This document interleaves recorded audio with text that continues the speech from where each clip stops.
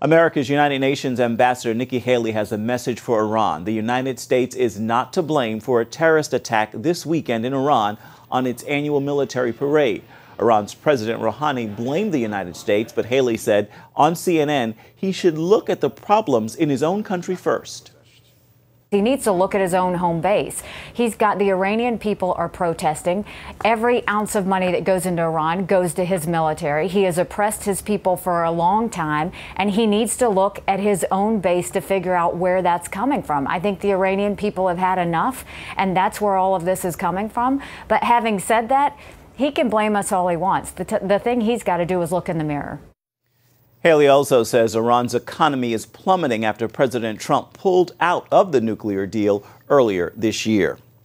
Our Middle East Bureau Chief Chris Mitchell joins us now live to discuss the threats made by Iran. So, Chris, how credible are the threats by Iran to strike the U.S. and Israel? Well, Ephraim, they're very credible, and it's a question of when and where. Iran has a lot of options they can use. Many times they use proxies like Hezbollah to carry out an attack. So I wouldn't say a direct confrontation just yet, but could be an attack on Israel's northern border. It could be a terror attack somewhere in Europe. I doubt the United States. But Iran has many ways that they can respond to this kind of threat. Let's look inside. What's going on inside Iran that is threatening the regime? Well, it's a huge change right now, and it really has a lot to do with the Trump administration and the internal and the external pressure that the regime is facing. Internally, people are taking to the streets, literally in Tehran and dozens of cities all over the place. They're talking about the economy. The economy is in a free fall. Inflation is growing. The rial, the currency of Iran, is falling. And many times that's because of the treasure that Iran is using to have wars all over the Middle East. So the Iranian people are beginning to blame the regime.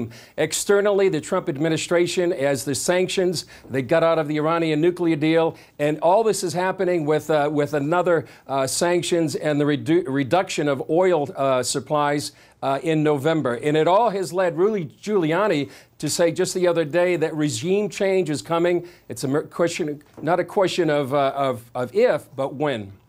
Chris, on another matter, Russia is selling a sophisticated air defense system to Syria. How significant is that to Israel?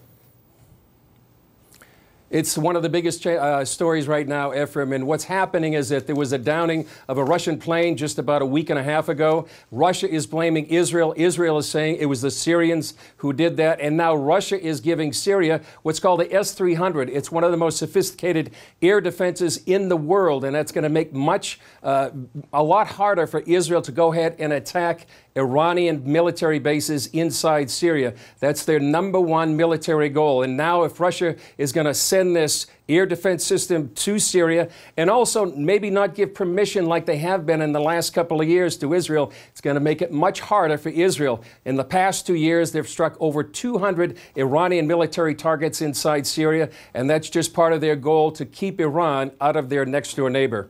All right, Chris Mitchell reporting for us live in Jerusalem today. Chris, thank you for your time.